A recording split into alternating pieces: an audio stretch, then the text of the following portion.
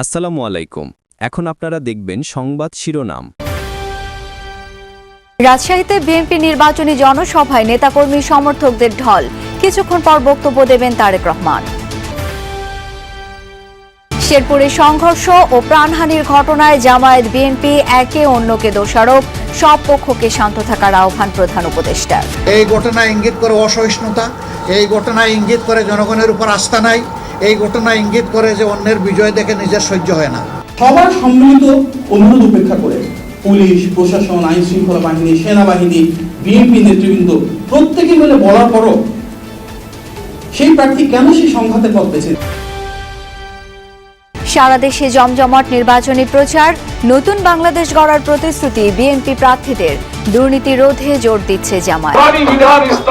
চালু হলে হিন্দুরাও সবচেয়ে নিরাপদ থাকবে। কোন রকম দুর্নীতির মধ্যে যাইনি। আমি রাজনীতিকে ব্যবহার করে আমি কখনো অর্থ উপার্জন করিনি। নির্বাচনী খবর সংগ্রহের নীতিমালা সংশোধনের দাবি সাংবাদিকদের। এবার আওয়ামী লীগের নেতাকর্মী সহ পোস্টাল ভোট দেবেন ৬,০০০ কারাবন্দী। মার্কিন হামলা হলে ইসরায়েলে কঠিন আঘাত, হুমকি ইরানের। পরমাণু চুক্তি না করলে ভয়াবহ পরিণতি, হুঁশিয়ারি ডোনাল্ড ট্রাম্পের। আসসালামু আলাইকুম। এখন দেখবেন সংবাদ বিস্তারিত। রাজশাহীতে কিছুক্ষণের মধ্যেই নির্বাচনী জনসভায় যোগ দেবেন বিএনপি চেয়ারম্যান তারেক রহমান। এরই মধ্যে রাজশাহীতে পৌঁছেছেন তিনি। প্রথমে হযরত শাহ মখদুম রহমতুল্লাহি আলাইহির মাজার জিয়ারত করবেন, এরপর যাবেন স্থানীয় মাদ্রাসা মাঠে নির্বাচনী জনসভায়। ভোর থেকে নেতাকর্মীরা জড়ো হতে শুরু করেছেন মাদ্রাসা মাঠে। উৎসাহ আগ্রহ নিয়ে তারেক রহমানকে দেখার এবং তার বক্তব্য শোনার জন্য অপেক্ষা করছেন সবাই।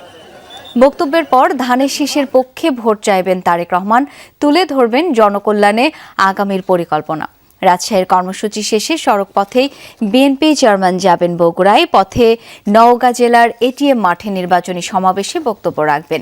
পরে রাতে বগুড়া আলতাফুন্নেসা খেলার মাঠের কর্মসূচিতে যোগ দিয়ে এই অঞ্চলের প্রথম দিনের কার্যক্রম শেষ করবেন। পরদিন রংপুরে শহীদ আবু সাইদের কবর জিয়ারত ও নির্বাচনী জনসভায় যোগ দিয়ে বগুড়ায় রাত্রি যাপন করবেন। শনিবার বগুড়া থেকে সিরাজগঞ্জ ও টাঙ্গাইলের সমাবেশে অংশ নিয়ে ঢাকায় ফিরবেন তারেক রহমান। তারেক রহমান যেদিন থেকে বাংলার মাটিতে পা দিয়েছে, ধানের জোয়ার আরো ফাটে পড়েছে সারা দেশে। ভালোবাসি, ধানের শীষে ভোট দেবো। 17 বছর দিতে পারিনি, জিয়াক দিয়েছি, খালেদা জিয়াক দিয়েছি, এখন তারেক রহমানকে দেবো। এমন দেশকে আমরা চাই, তারেক রহমানের হাত ধরে শক্তি করে আমরা দেশকে সামনের দিক অগ্রসরের জন্য, এটা আমাদের প্রত্যাশা। নতুন বাংলাদেশ বিনির্মাণের যে রূপরেখার মাধ্যমে সেটা বাস্তবায়নের সেটা প্রতিফলিত কতটুকু পাচ্ছে সেটা আসলে মানুষ মানে অধীর আগ্রহে বসে আছে বাংলাদেশের মানুষ।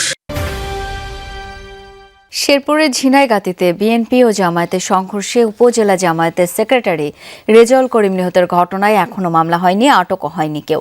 ময়মনসিংহ মেডিকেলে ময়নাতদন্ত শেষে রেজাউলের মরদেহ নেওয়া হচ্ছে শেরপুরের শ্রীবর্দীতে। বিকেলে শ্রীবর্দী কলেজের মাঠে তার জানাজা হবার কথা রয়েছে। এদিকে সংঘর্ষের পর থমথমে পরিস্থিতি পুরো এলাকায়। রাতে গুরুতর আহত 3 জনকে ময়মনসিংহ মেডিকেলে নেয়ার পথে প্রাণ হারান রেজাউল করিম। তিনি শ্রীবর্দী উপজেলা জামায়াতের সেক্রেটারি ছিলেন। বুধবার দুপুরে ঝিনাইগাতীতে উপজেলা প্রশাসনের উদ্যোগে নির্বাচনী ইশতেহার পাঠ অনুষ্ঠানে চেয়ারে বসাকে কেন্দ্র করে বিএনপি জামায়াতের নেতাকর্মীদের মধ্যে হট্টগোল শুরু হয়। মুহূর্তেই তার রূপ নেয় ধাওয়া, পাল্টা ধাওয়া আর সংঘর্ষে। মঞ্চের সামনে রাখা কয়েকশো চেয়ার ভাঙচুর করা হয়, কয়েকটি মোটরসাইকেলে দেওয়া হয় আগুন। এই ঘটনায় 2 পক্ষের অর্ধশতাধিক নেতাকর্মী আহত হয়। জনগণের উপর আস্থা না থাকায় শেরপুরে হামলা চালানো হয়েছে। সকালে রাজধানীর মিরপুর 10-এ নির্বাচনী কার্যালয় উদ্বোধন শেষে এমন মন্তব্য করেছেন জামায়াতের আমির ডাক্তার শফিকুর রহমান। জনগণের অধিকার আমরা আর কাউকে টানাটানি করার সুযোগ দেব না। এই ঘটনা ইঙ্গিত করে অসহিষ্ণুতা, এই ঘটনা ইঙ্গিত করে জনগণের উপর আস্থা নাই, এই ঘটনা ইঙ্গিত করে যে অন্যের বিজয় দেখে নিজের সহ্য হয় না। প্রশাসনের বারবার অনুরোধের পরও জামায়াত নেতাদের অসহযোগিতায় শেরপুরে সংঘাতের সূত্রপাত বলে দাবি করেছেন বিএনপির নির্বাচন পরিচালনা কমিটির মুখপাত্র ডক্টর মাহদি আমিন। বলেন, যে কোনো হত্যার ঘটনা অনাকাঙ্ক্ষিত ও অপ্রত্যাশিত। এই ঘটনার সুষ্ঠু তদন্তের আহ্বান জানান তিনি। সকালে সংবাদ সম্মেলনে মাহদি আমিন জানান, আজ সন্ধ্যা থেকে দেশ গড়ার পরিকল্পনা নিয়ে তারেক রহমানের পডকাস্ট শুরু হবে, যেখানে তিনি ধাপে ধাপে বিএনপির বিশদ পরিকল্পনা তুলে ধরবেন। পরে সাংবাদিকদের এক প্রশ্নের জবাবে ডক্টর মাহাদি বলেন, শেরপুরের ঘটনাকে কেন্দ্র করে ঢাকায় বিএনপির শীর্ষ নেতৃত্বকে জড়িয়ে উদ্দেশ্য প্রণোদিতভাবে বিশৃঙ্খলা তৈরির চেষ্টা হয়েছে। সুষ্ঠু নির্বাচনের জন্য দেশের সকল রাজনৈতিক দলকে সহনশীল থাকার আহ্বান জানান তিনি। এদিকে রাজধানীর শনির আখড়ায় জামায়াতের নারী সমর্থকের উপর হামলার ঘটনায় বিএনপির সম্পৃক্ততার অভিযোগ অস্বীকার করে প্রশাসনকে সুষ্ঠু তদন্তের আহ্বান জানিয়েছেন ঢাকা 4 আসনের বিএনপি প্রার্থী তানভীর আহমেদ রব। সবার সম্মিলিত অনুরোধ উপেক্ষা করে পুলিশ, প্রশাসন, আইন শৃঙ্খলা বাহিনী, সেনাবাহিনী, বিএনপি নেতৃবৃন্দ প্রত্যেকে মিলে বলার পরও সেই প্রার্থী কেন সেই সংঘাতের পথ বেছে নিলেন, এসব বিষয় নিয়ে সামগ্রিকভাবে দ্রুততম সময়ের মধ্যে এটা সুষ্ঠু এবং গ্রহণযোগ্য তদন্ত হওয়া অত্যন্ত প্রয়োজন। এই সংঘাতে একজন মানুষ নিহত হয়েছেন, তিনি যে দলেরই হোক না কেন তা কোনোভাবেই কাম্য না। গণসংযোগে সারা দেশে ব্যস্ত সময় কাটছে ত্রয়োদশ জাতীয় সংসদ নির্বাচনের প্রার্থীদের। সকাল থেকেই কর্মী সমর্থকদের নিয়ে মাঠে নেমেছেন প্রার্থীরা। প্রত্যেকেই নিজ নিজ নির্বাচনী এলাকা চষে বেড়াচ্ছেন। প্রতিটি অলি গলিতে ভোটারদের দাঁড়ে দাঁড়িয়ে গিয়ে চাইছেন ভোট। তাদের মন জয়ে নানা প্রতিশ্রুতি, আশ্বাসের পাশাপাশি তুলে ধরছেন উন্নয়ন পরিকল্পনা। শহর থেকে গ্রাম সব জায়গার পথঘাট ছেয়ে গেছে ব্যানার ফেস্টুনে। ভোটাররা চাইছেন যোগ্য প্রার্থী এবং শান্তিপূর্ণ পরিবেশ। কোথাও কোথাও পরস্পরের বিরুদ্ধে আচরণবিধি লঙ্ঘনের অভিযোগ করছেন প্রার্থীরা। আপনাদের যে বিশ্বাস, আপনাদের যে আস্থা আমার উপরে ছিল, তার খেয়ানত আমি কখনো করিনি। আমি নিজে কখনো কোনো রকম দুর্নীতির মধ্যে যাইনি। আমি রাজনীতিকে ব্যবহার করে আমি কখনো অর্থ উপার্জন করিনি।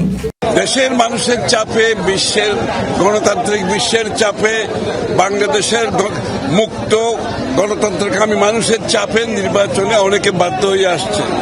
এখন নির্বাচনে তারা আদৌ চায় কিনা সেটা তো একটা বিষয় আছে। 54 বছরের রাষ্ট্র যারা পরিচালনা করেছে তাদের তিক্ততায় বিরক্ত হয়ে মানুষ এখন সুশাসনের দিকে ঝাঁপে পড়েছে এবং তারা এখন দাঁড়িপাল্লায় ভোট দেবে। আমরা চাই না কোনো আসন নষ্ট হোক, কোনো আসন চাঁদাবাজদের হাতে যাক, সন্ত্রাসদের হাতে যাক, নতুন করে যারা স্বৈরাচার প্রতিষ্ঠা করতে চায় তাদের কাছে যাক, আমাদের ভেদাভেদ বা ভুলের কারণে। রাজধানীতে প্রার্থীদের নির্বাচনী প্রচারণার খবর জানাচ্ছে মূলত হাদিবাড়ি, ঢাকা 11 আসনের হাদিবাড়ি আসনে এখানে বেগম খালেদা জিয়ার আত্মার মাগফিরাত কামনায় একটি দোয়া মাহফিলের আয়োজন করা হয়েছে। সেখানে কিন্তু ডক্টর এম এ কাইয়ুম তিনি যোগ দিয়েছেন এবং এর আগে তিনি আসার পথে এই এলাকার মানুষদের, ভোটারদের কাছে ভোট চেয়েছেন, লিফলেট বিতরণ করেছেন এবং বিভিন্ন ধরনের তিনি আশ্বাস দিচ্ছেন ভোটারদের যে তিনি যদি এবারের ত্রয়োদশ জাতীয় সংসদ নির্বাচনে তিনি যদি আসলে নির্বাচিত হন তাহলে বিভিন্ন ধরনের প্রতিশ্রুতি তিনি দিয়ে যাচ্ছেন। এর মধ্যে যদি আমি অন্যতম একটি বলি যে তিনি বলছেন যে অবৈধ এইসব এলাকা অবৈধ গ্যাস সংযোগ বন্ধে লড়াই করবে তিনি এবং এছাড়াও মশা নিধনের জন্য মশা নিধনের বিভিন্ন ওষুধ দিবেন এমনটাও তিনি জানিয়েছেন। এছাড়াও যদি বলি যে প্রতিটি আবাসিক এলাকার সোসাইটিতে আওতাভুক্ত সব এলাকায় সিসিটিভি ক্যামেরা স্থাপন করে গেট নির্মাণ এবং নাইট গার্ডের ব্যবস্থা করবে এমনটাও প্রতিশ্রুতি তিনি দিচ্ছেন। এছাড়াও যদি বলি